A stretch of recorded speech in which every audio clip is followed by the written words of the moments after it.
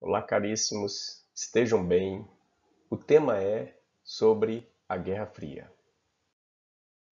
O que é a Guerra Fria? Seria o conflito ideológico entre aqueles que defenderam ou defendem o capitalismo e aqueles que defendem ou defenderam o socialismo. Durou de 1945 até 1991, com a dissolução, com o término do maior país que já existiu no mundo, a União das Repúblicas Socialistas Soviética ou a União Soviética. Vamos compreender um pouco essa definição. Ideologia seria aquele grupo de pessoas que toma algo como verdade e que tenta convencer as outras de que eles têm razão. Então, isso é ideologia. Eu estou trazendo para vocês um termo filosófico complexo. Não é fácil definir ideologia, mas eu estou trazendo uma definição um pouco mais compreensível e palpável para vocês. Bom, então seria o conflito entre a ideia do que o capitalismo é e a ideia do que o socialismo é. O que é capitalismo e o que é socialismo? São sistemas socioeconômicos, tipo de sistemas. E o que é um sistema socioeconômico? É a forma como uma sociedade se organiza. Então, sistema é algo organizado, sócio vem de sociedade, economia seria aquilo que você faz para suprir as suas necessidades básicas ou os seus interesses, ou seja, fabricar produtos ou serviços para poder abastecer essa sociedade. De uma forma geral, um sistema socioeconômico é como que uma sociedade se organiza para sobreviver. Isso é um sistema socioeconômico. Ao longo da história da humanidade, existiram vários tipos de sistemas socioeconômicos. Nós vamos citar exemplos e a gente vai utilizar da divisão da história clássica, aquela que divide em pré-história, Idade Antiga, Idade Média, Idade Moderna. O sistema que predominou na pré-história foi o comunitário. Ele se baseava em pequenas sociedades que faziam a sua sobrevivência através da coleta, da agricultura e da pecuária. Relações sociais bem menos complexas em relação ao que é hoje, né? Quando a gente tem uma comunidade escravizando a outra, um outro grupo de pessoas, a gente tem um fortalecimento desses grupos que escravizam as outras. Então a gente passa a ter um sistema escravagista na Idade Antiga e também as relações sociais começam a ficar um pouco mais complexas. Nesse sistema, a gente tem, por exemplo, civilizações do Antigo Egito, civilizações da Índia, da China e o grande exemplo do sistema escravagista é o Império Romano, que quando começa a entrar em colapso, surge outro tipo de sistema baseado na posse da terra, que é o sistema feudal, a gente já está falando da Idade Média, em que também entra em colapso há cerca de 600 anos e, ao término do sistema feudal, surge o sistema capitalista. Ao longo da história da humanidade, a gente percebe que a exploração do homem pelo homem aumentou, ou seja, um pequeno grupo de pessoas se mantém numa situação de privilégio e para que essa situação de privilégio exista, precisa explorar um grande número de pessoas. O sistema capitalismo não é diferente. Ele tem também como base a exploração do homem pelo homem. Por isso é que o sistema socialista entrou como uma ideia de eliminar essa exploração do homem pelo homem. Tentou eliminar esses privilégios existentes ao longo da humanidade. Essa experiência socialista foi interessante, mas não foi próspera, igual a gente viu. Por que eu estou falando sobre essas questões do sistema socioeconômico? Porque a gente vai explicar a Guerra Fria como um conflito entre o capitalismo e o socialismo, né? Beleza. Uma observação. Hoje existem todos esses sistemas, só que o que predomina no mundo todo, sem sombra de dúvidas, é o capitalismo.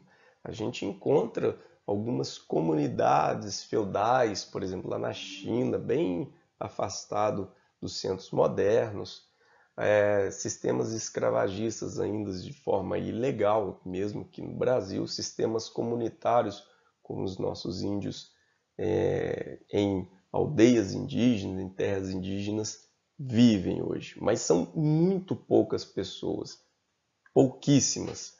O que predomina hoje é o sistema, e sem sombra de dúvida, capitalista. Nós vamos fazer um paralelo sobre o capitalismo e o socialismo, as características do capitalismo e as características do socialismo. O que a gente vai fazer aqui é uma forma muito simples, sabendo que o capitalismo e o socialismo são sistemas socioeconômicos que precisam ser estudados com um pouco mais critério e tamanha complexidade dos dois. Mas para a gente entender um pouco sobre Guerra Fria, esse pequeno e simples paralelo nos vai ser suficiente. No capitalismo, objetiva-se o lucro. É uma vantagem que você tem em relação ao investimento que você faz. No socialismo, um dos objetivos é abastecer a população com os bens necessários para sua sobrevivência. No capitalismo, a economia de mercado, ou seja, as trocas comerciais, que é basicamente economia, ela segue as leis da oferta e da procura.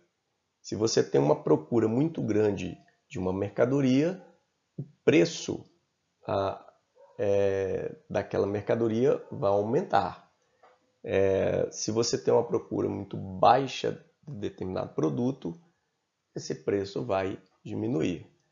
Então, se você tem uma procura muito grande, você vai fabricar esse produto em mais quantidade e assim obter lucro. Já no socialismo, a economia, a quantidade de mercadorias que se coloca na sociedade tem a ver com a quantidade da população e as características que ela tem. Se são mais novos, se são mais velhos, a quantidade de bebês, a quantidade de adultos, a quantidade de mulheres, a quantidade de homens, ou seja, uma quantidade de calças produzidas. Eles vão fazer um levantamento da população e abastecer essa população com essas calças através de um plano. Planificada tem a ver com plano. No capitalismo, a propriedade privada predomina. Não significa que o Estado também tenha sua participação no capitalismo. Tanto é que tem. Mas a maior parte das coisas existentes em um território onde predomina o capitalismo é de propriedade privada. Uma padaria, um supermercado, uma casa, um apartamento, tem um dono. Isso é que é propriedade privada e que não é o Estado. Eventualmente, o Estado tem posses como escolas, hospitais, alguns terrenos estratégicos, podem vir a ser do Estado. No socialismo, a estatização é a principal característica. Quase tudo que você tem num país socialista é do Estado. Então, a padaria, a casa onde você mora, as fazendas que existem, todas pertencem ao Estado e não a uma única pessoa. No capitalismo, existem muitas diferenças sociais e essas diferenças sociais são muitas vezes injustas. Você tem um pequeno grupo de pessoas privilegiadas explorando um grande número de pessoas. No socialismo, teoricamente, a gente tem a eliminação dessas diferenças sociais. Então, o objetivo do socialismo é fazer a igualdade social, é que todo mundo tenha acesso digno a casa, comida, vestuário, lazer e etc. Isso seria uma igualdade social. Você não tem teoricamente, um grupo de pessoas privilegiadas. Por que eu estou falando teoricamente? Porque a gente percebe que nos países socialistas que existiram, que existe até hoje, tem uma elitezinha que administra o Estado e que tem os seus privilégios. Então, a gente percebe que na teoria é muito bacana, mas colocar isso em prática é muito difícil. E por outro lado, o capitalismo tem se apresentado com muitas diferenças sociais e muito injustas. E essas diferenças estão aumentando cada vez mais e cada vez mais. Falando sobre o conflito em si, o conflito da Guerra Fria. A gente tem uma situação pós Segunda Guerra Mundial, pós 1945, em que os Estados Unidos e um grupo grande de países defende a manutenção do capitalismo no mundo. Por outro lado, existe um grupo de países cujo o líder é a União Soviética defendendo a expansão do socialismo no mundo. E isso é a síntese, de certa forma, da Guerra Fria, que durou de 1945 a 1991, com a dissolução da União Soviética. As duas grandes potências, dos Estados Unidos com capitalismo e a União Soviética com socialismo, nunca se enfrentaram diretamente, nunca declararam guerra diretamente. Esse fato é que deu origem ao termo Guerra Fria. Havia ameaças e essas ameaças vinham através das armas nucleares existentes nos Estados Unidos e na União Soviética. Então a gente tem um mundo aqui bipolarizado, satelizado por dois poderes, superpotências. Estados Unidos defende o capitalismo e a União Soviética defendendo o socialismo. De verde estão os países capitalistas e de vermelho estão os países que eram, na época da Guerra Fria, socialistas, satelizados pela grande potência aqui da União Soviética, que neste mapa ele está atualizado, mas a União Soviética é muito maior do que aqui, que seria a Rússia, Cazaquistão, seus países vizinhos do sul, Quirguistão, Tadiquistão, por exemplo, Bielorrússia, Ucrânia, os países bálticos da Estônia, Letônia e Lituânia, entre outros países, formando a grande União Soviética, que eram 15 repúblicas. A leste da Europa também socialista, então a gente tem a Bulgária, a Romênia, a antiga Iugoslávia, a antiga Tchecoslováquia. Nós temos aqui Angola, Moçambique na África, no Sudeste Asiático, Vietnã e Laos, como países também que tiveram experiências socialista, a Coreia do Norte e Cuba, bem pertinho dos Estados Unidos. Durante a Guerra Fria, Cuba era extremamente importante para a União Soviética. Então a União Soviética mandava, satelizava, né, investimento, capital, para poder manter Cuba bem alinhadinho a ela. Assim como fazia com os outros países aqui. Ao término da Guerra Fria, todos os países se tornam capitalistas, menos 3. Cuba ainda hoje é um país socialista, com o Partido Comunista no poder, só que os Estados Unidos resolveu fazer sanções econômicas importantes sobre Cuba. O que é sanção econômica? Restrição. Ele diz que quem comercializar com Cuba não comercializa com ele. Ou seja, qual é o país que vai comercializar com Cuba e perder um dos maiores consumidores de produtos do mundo? É difícil. Então, poucos países ousam comercializar com Cuba.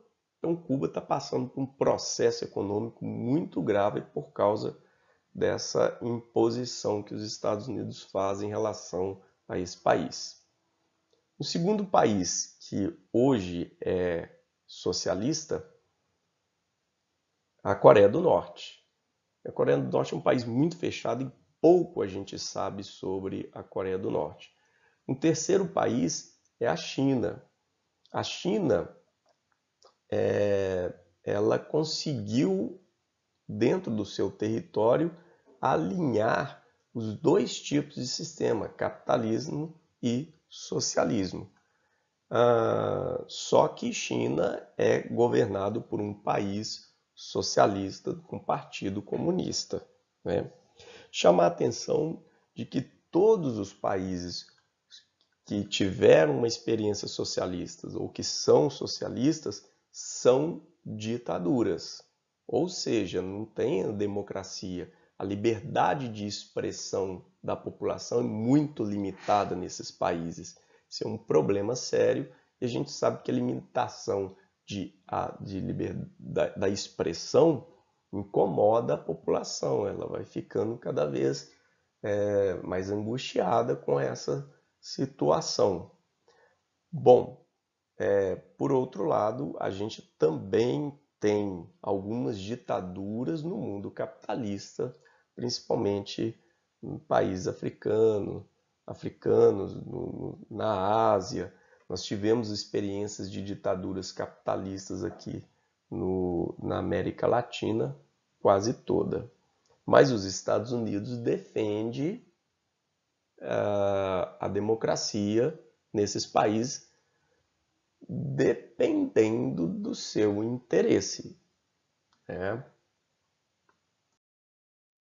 O conflito dentro de cada país aconteceu de uma forma diferenciada, só que sempre com influência das duas grandes superpotências. Então a gente tinha propagandas acontecendo, ora defendendo o socialismo, ora defendendo o capitalismo, filmes sendo produzidos, corrida espacial para mostrar que o mundo, que cada uma das superpotências eram melhores, corrida armamentista, que é um problema que nós vamos citar daqui a pouco, espionagem, terrorismo, mentiras que hoje a gente chama de fake news, sangrentos conflitos regionais. Então, durante a Guerra Fria, muitos autores que escrevem sobre ela dizem que durante ela não foi nada fria. Dentro dos países fora das grandes superpotências, os conflitos regionais eram bem sangrentos, matavam muita gente, né? Aqui a gente tem um exemplo de um filme defendendo, no caso, o capitalismo, né? Então, o Rocky IV, que foi feito em 1985, a gente percebe que Sylvester Stallone está aqui defendendo os Estados Unidos, é menor do que o lutador da União Soviética, e que o Sylvester Stallone, depois de receber uma pancadaria enorme, ele com alguns soquinhos acaba vencendo. Aí tem uma comoção muito grande por parte da plateia em relação aos Estados Unidos. E isso aí foi um exemplo, são centenas e centenas de filmes sendo produzidos e até financiados pelos governos dos Estados Unidos para poder mostrar que o capitalismo é melhor do que o socialismo. Por outro lado, a gente também tem filme na União Soviética mostrando o contrário. Corrida espacial. Para falar que a superpotência era importante, a gente tem em 1957 o primeiro satélite sendo lançado, e hoje a gente tem milhares, né, circulando aí o globo terrestre. A primeira cachorrinha, no caso o ser vivo, que foi lançado ao espaço e que provou-se que era possível um ser humano fazer esse tipo de coisa. Aí tem não sabe se ela sobreviveu muito tempo, sabe-se que ela morreu lá, né? Está lá até hoje no seu módulo espacial. Já em 1969, os Estados Unidos pousam na Lua. Então e a cada evento desse que acontece assombra o mundo na época, né? A espionagem, até hoje existe a CIA, né, dos Estados Unidos, e a CIA hoje ela está muito ligada à espionagem de empresas dos Estados Unidos ou de produção científica no mundo todo. Ela fica de olho nessa produção científica, informa o tempo todo o governo. E esse aqui é a KGB, que equivaleria à CIA nos Estados Unidos, que hoje é extinta. Essa KGB é da União Soviética, que por muito tempo atuou no mundo todo. Inclusive, ela roubou os planos de como que se faz uma bomba atômica. Esses são os conflitos regionais. Uma parte da sociedade que defende o socialismo era apoiado pela União Soviética, e outra parte da população que apoiava os Estados Unidos e a manutenção do capitalismo é apoiada. Às vezes esse apoio não era nem somente de ideias, esse apoio era através de armas mesmo. Você arma essas duas partes da população e a população se enfrenta com um conflito interno, né, que muitas vezes os próprios Estados Unidos nem a União Soviética participaram. Alguns poucos conflitos eles tiveram uma participação ativa, por exemplo, igual os Estados Unidos na Guerra do Vietnã, né? E que então milhares, mas muita gente morreu, se não milhões de pessoas, não tem essa estimativa concreta, mas que sofreu por causa de ideias, de pessoas defendendo ideias antagônicas. Já um dos aspectos bem tristes e perigosos é a tal da corrida armamentista. E não é só arma convencional, igual tanque de guerra, fuzis e etc. Não. A gente está falando de armas nucleares. Essas armas nucleares é que fazem com que a gente tenha um problema aqui no mundo para se resolver. Esse gráfico aqui, ao longo dos anos, mostra a quantidade de armas nucleares dos Estados Unidos e da Rússia. Entenda que a Rússia só vai existir então a partir de 1991, ou antes de 1917, com a Revolução Russa e a formação posterior da União Soviética. Mas enfim, durante a Guerra Fria, que é de 1945 até mais ou menos 1991, a gente tem uma quantidade de armas nucleares sendo produzidas muito grande. Estados Unidos chegou a ter mais de 30 mil ogivas nucleares e a Rússia chegou a ter 40 mil ogivas nucleares. Bom, a partir do término da Guerra Fria, há um acordo entre as duas potências. A Rússia assume todo o arsenal nuclear da União Soviética, então elas acordam para poder diminuir isso aí. Então, hoje, a gente tem em torno de 7 mil bombas nucleares cada uma. E a gente tem também os outros 7 países que têm arsenal nuclear, mas a quantidade é muito inferior ao que tem aqui. Uma coisa que tem que se falar, esses dados possivelmente estão muito longe da realidade, porque estão na mão dos militares. E os militares usam informação e contra-informação para questões estratégicas e se beneficiarem. Então, a gente não sabe até que ponto isso é verdade ou está próximo da verdade. E como é que a gente está a situação bem atualizada, né? Esse quadro mostra os 9 países que contêm bombas atômicas. Aqui é a quantidade declarada por país e a gente sabe que possivelmente é diferente da realidade. Mas, enfim, ogivas implantadas significa aquelas que estão em mísseis ativos e apontado para algum lugar estratégico no mundo. A Rússia e os Estados Unidos têm cerca de 1.500, 1.700 bombas já com os mísseis prontinho para serem usados. Reino Unido, 120, França, 280 e outros países não falaram que não tem esses mísseis com as ogivas nucleares, mas que existem essas ogivas nucleares guardadas, armazenadas ou prontas para serem desativadas, como é o caso dessas mais de 4 mil bombas, cada um nos Estados Unidos e Rússia.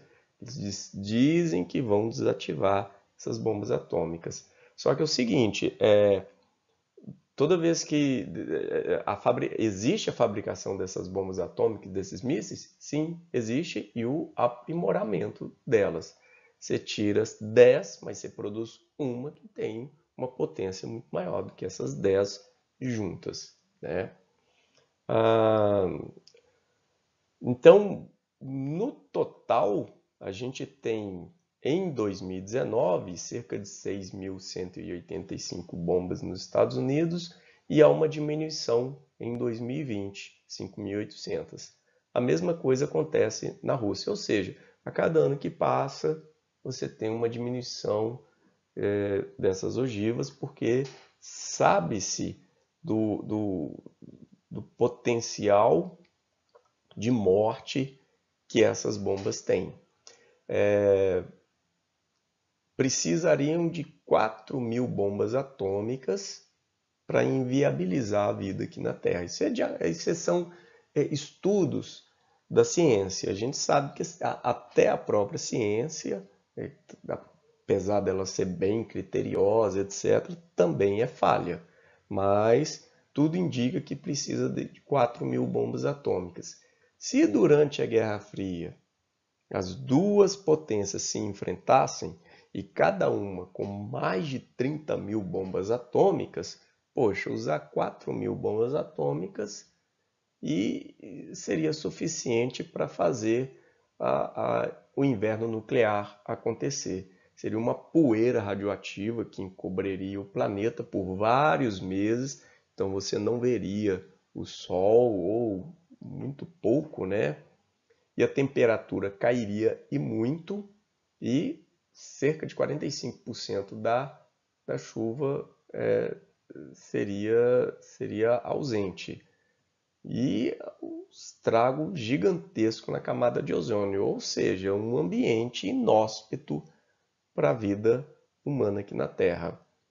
Qual é o problema hoje? O problema é que a gente tem essas bombas atômicas e tem bombas apontadas para lugares estratégicos, né? E atualmente parece que a gente tá tendo uma tensão muito grande, né? Principalmente com relação aos Estados Unidos e China. E a Rússia, de certa forma, apoia algumas coisas que a China faz.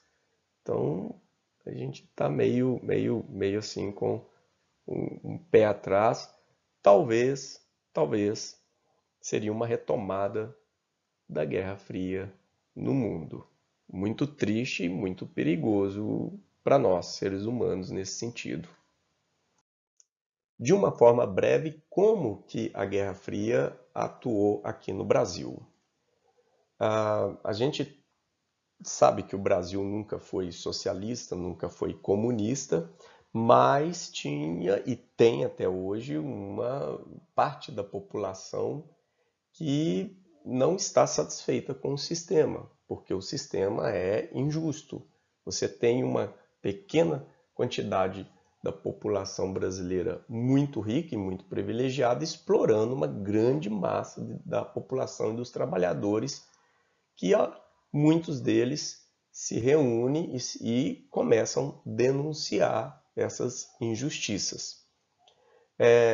Durante a Guerra Fria, os Estados Unidos, sabendo de que essa população estava indo às ruas, influenciadas também pelas ideias socialistas lá da União Soviética, da revolução que aconteceu lá na União Soviética, em Cuba e etc., ele consegue cooptar as lideranças militares aqui do Brasil e essas lideranças passam a defender os Estados Unidos, as ideias capitalistas dos Estados Unidos.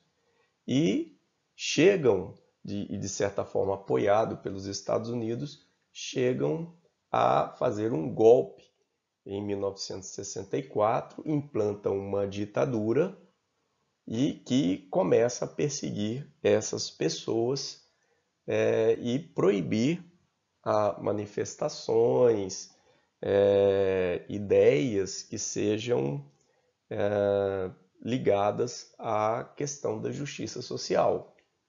A contradição que eu vejo é que essas pessoas que pedem por justiça social às vezes estão ligados à questão comunista e socialista comunista, e que os países socialistas comunistas eles são ditaduras e que o Brasil se tornou uma ditadura, só que uma ditadura capitalista. Então, de certa forma, eles estavam lutando também, além da justiça social, pela redemocratização, coisa que no socialismo e comunismo é meio estranho. Democracia e socialismo. Se bem que isso é possível, né? Não é comum, mas é possível. A metodologia que os militares utilizaram foi a repressão em cima desse pessoal. Então a gente tem a atuação das polícias perseguindo qualquer tipo de aglomeração de pessoas, principalmente de jovens, e reprimindo com uma violência brutal e castigos, né? Tortura, isso tudo de forma ilegal aqui no Brasil. E essa forma repressiva acabou matando e sumindo com muita gente, com líderes trabalhistas aqui do Brasil, até mesmo famosos. Por exemplo, o ex-presidente Fernando Henrique Cardoso, que teve que ser extraditado para outro país, viveu muito tempo lá no Chile. A Dilma Rousseff também, ex-presidenta, sofreu muito na mão, foi presa e torturada. E muita gente acabou morrendo por causa dessa repressão. A partir de 1984, há a redemocratização Então a ditadura acaba, só que a gente não sabe boa parte do destino dessas pessoas, o porquê que eles acabaram morrendo quando foram presos ou sumiram, estão nos arquivos da ditadura, dos ditadores militares, e a gente não tem acesso de forma clara disso, né? Ainda tem muita história para rolar e, por outro lado, os ditadores, né, defendem que eles estavam assegurando a liberdade da população de não ser comunista, não ser socialista, e que isso foi benéfico para a população e etc. Mas por que que não se abre esses arquivos? Eu acredito que esses arquivos nem existam ainda, porque tem muita coisa debaixo do pano para poder ser explicado. Sabe-se que hoje o Brasil é uma democracia e que está pleno, mas existe sempre as ameaças da volta na ditadura. O problema da ditadura, e eu não concordo com a ditadura, é a liberdade de expressão. Você não pode exprimir aquilo que você quer. Aqui a gente volta de uma forma geral, especificamente da Guerra Fria e ao fim dela. Por que que acabou a Guerra Fria? É porque um dos lados entrou em crise e esse lado foi o lado socialista. Existem alguns estudos do fato dela ter acabado. Dos primeiros é porque em todos os países socialistas você criou uma elite muito controladora do seu país e com certo privilégio e através da ditadura. Porque a tendência de um país, de acordo com a teoria, você ter essas pessoas que organizariam o país para poder ter a igualdade social. No caso, esse grupo de pessoas ficou privilegiado e não queria abrir mão disso aí. Ou seja, corrupção. Então, muita corrupção nesses países para se manterem privilegiados e a população mantendo esses privilégios. Por outro lado, fazendo uma contraposição, isso não significa que nos países capitalistas não existam corrupção. Pelo contrário, a gente sabe que o sistema socialista e corrupção não dão certo. É insustentável você ter um sistema socialista com corrupção. Ele não se mantém.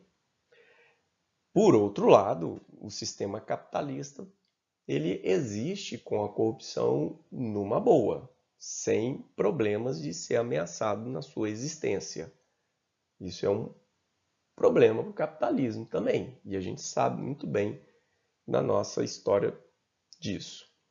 Bom, um segundo fato são os gastos militares exorbitantes para poder patrocinar a corrida armamentista e a corrida espacial, pesquisas científicas, manutenção que a União Soviética fazia dos outros países para poder manter o socialismo vivo ali. Então, esses gastos estratégicos militares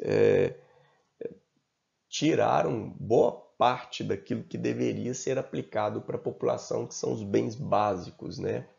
E um terceiro e último motivo seria a liberdade de expressão que essa população não tinha.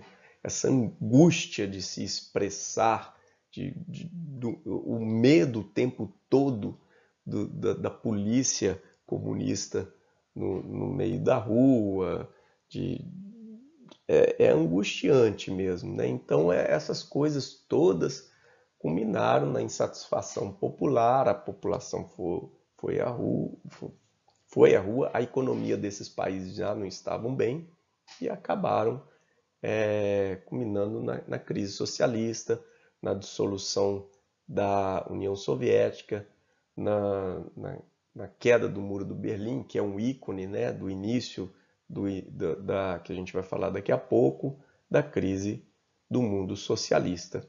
Aí todos os países se tornam capitalistas, menos os três que a gente já falou em slides anteriores. Um fato pouco compreendido, né, que ocorre no final da Guerra Fria é a queda do Muro de Berlim. Mas aí, primeiro a gente precisa saber como que ele foi construído e onde ele foi construído. Muita gente faz confusão. A gente vai ter que voltar lá da Segunda Guerra Mundial, bem rapidinho. Aqui está a Alemanha toda. E a gente sabe que a Alemanha nazista perdeu a guerra e que a Alemanha foi dividida pelos países que lutaram junto para poder derrubar o nazismo. E os principais países que lutaram junto foi Reino Unido, França, Estados Unidos e União Soviética. Olha só que interessante. A União Soviética e Estados Unidos já estiveram do mesmo lado, né? Então a Alemanha foi dividida administrada, não que ela seria dono. O Reino Unido começou a controlar essa parte da Alemanha, não que seria dono, mas ela ficava vigiando ali. A França, essa parte da Alemanha. Os Estados Unidos, essa parte da Alemanha. E a União Soviética ficou com esta parte da Alemanha, do qual existia a antiga capital antes da divisão da Alemanha, que é Berlim. Então, ao longo dos anos, essas três partes aqui, do Reino Unido, da França e dos Estados Unidos, deu origem à Alemanha Ocidental, a Alemanha capitalista. E essa parte deu origem à Alemanha Oriental. Então houve uma cisão da Alemanha em duas partes. Essa Alemanha, que era influenciada pela União Soviética, ficou socialista.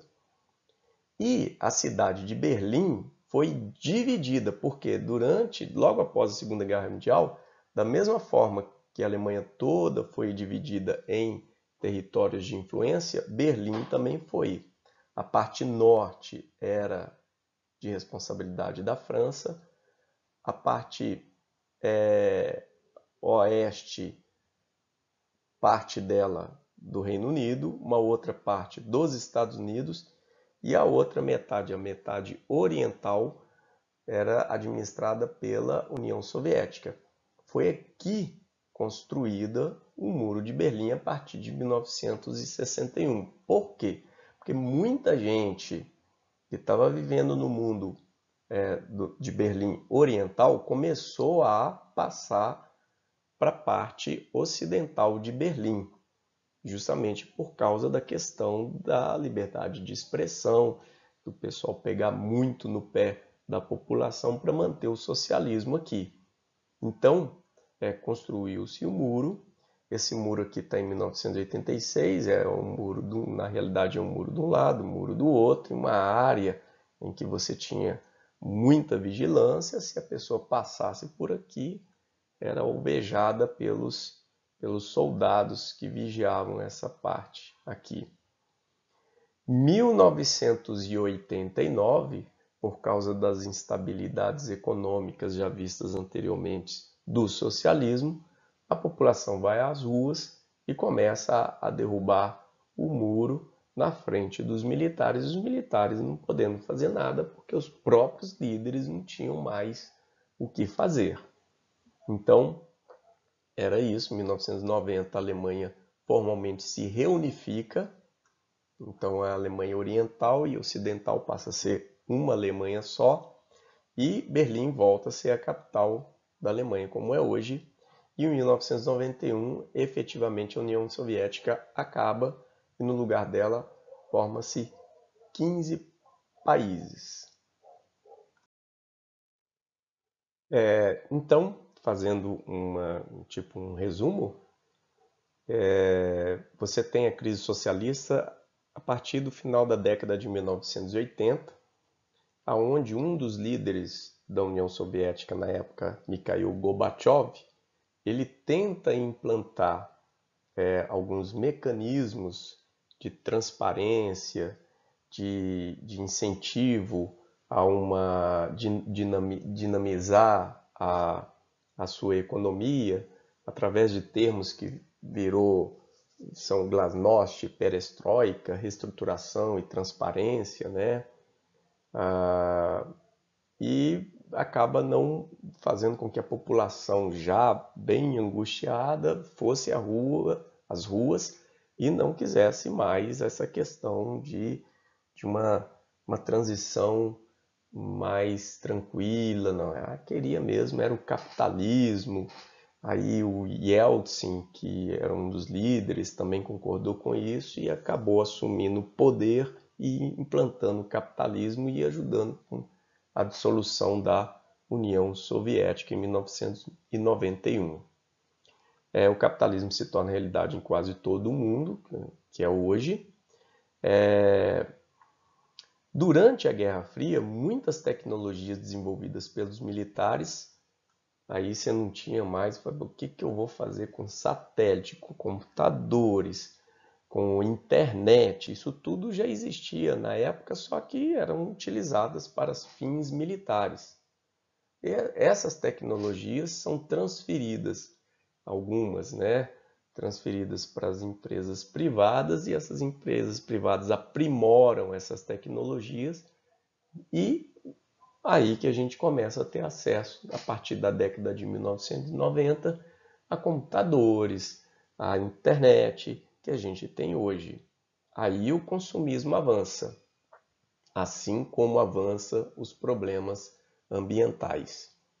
Se tem um problema que pode colocar o capitalismo no chão, são os problemas ambientais no mundo de hoje, herdados por essas tecnologias que foram desenvolvidas lá durante a Guerra Fria, mas que a gente não tinha acesso.